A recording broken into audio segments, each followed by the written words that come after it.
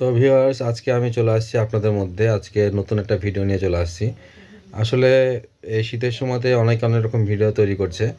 তো আমি আজকে একটা নতুন ভিডিও টপিকস নিয়ে চলে আসছি। আশা করি আপনাদের এই টপিকসটা অবশ্যই ভালো লাগবে। বিশেষ করে যারা শীতকানা লোক আছে তাদের জন্য অনেক ভালো লাগবে। অনেকে আছে যারা 3 দিন 4 দিন পর্যন্ত স্নান করে না, অনেকে আছে যে 1 সপ্তাহ পর্যন্ত স্নান করে না। তো তাদের উদ্দেশ্যে আজকে এই ভিডিওটা আমি তৈরি করেছি। তো জানি না কেমন হয়েছে, অবশ্যই আপনারা পুরো ভিডিওটা না দেখলে বুঝতে পারবেন না। তো সঙ্গে থাকুন। আর আমিও কথা দীর্ঘায়িত না করে আমি মূল ভিডিওতে চলে যাই। তো শীতে স্নান করার নিনজা টেকনিকগুলো আপনাদেরকে বলবো। আমি এই টেকনিকগুলো হচ্ছে অ্যাপ্লাই করি আর কি। তো যখন বেশি শীত পড়ে তখন আমি কি করি, তখন আমি মনে করেন যে ওই একটা খালি বালতি নিয়ে নিই আর একটা খালি মগ নিয়ে নিই। নিয়ে আমি নিজে মনে মনে ভেবে নিই যে বালতিতে 1 বালতি পানি আছে। তো কোনো দিকে তাকাই না, 3-4 মগ ওই ফাঁকা মগই মাথাতে ঢেলে নিই। নেওয়ার পরে আপনার সুন্দর করে ওই টাওয়াল দিয়ে মাথা টাথা মুছে আমি উঠে যাই। ভাই কি বলবো আপনাকে, আমার একটুকু ভাই শীত করে না। আমি আশা করি ভাই যে আপনারা যদি এরকমভাবে টেকনিক অবলম্বন করেন আপনাদেরও শীত করবে না। আর আমার আর একটা বড় ভাই ছিল, ও তো মনে করেন কী করতো জানেন না, তাই ও মনে করেন যে পলিথিন গোটা গায়ে বেঁধে নিত।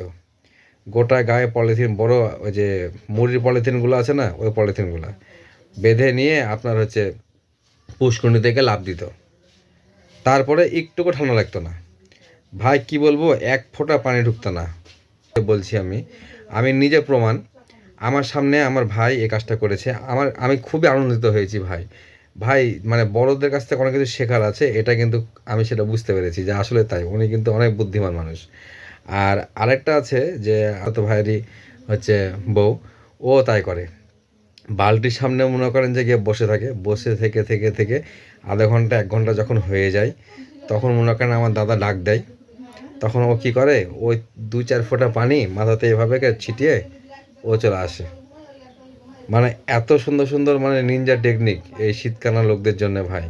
তো আপনারা চাইলে আপনারাও এভাবে এই টেকনিকগুলো ব্যবহার করতে পারেন। আর বুঝতে তো পারছেন আপনাদের ভাই একটুকুও শীত করবে না, একটুকুও শীত করবে না ভাই। আর আরেকটা টেকনিকও আছে আমাদের, সেই টেকনিকটা আমি বলবো। অনেক সময়তে হচ্ছে আমার দাদা এই কাজটা করতো।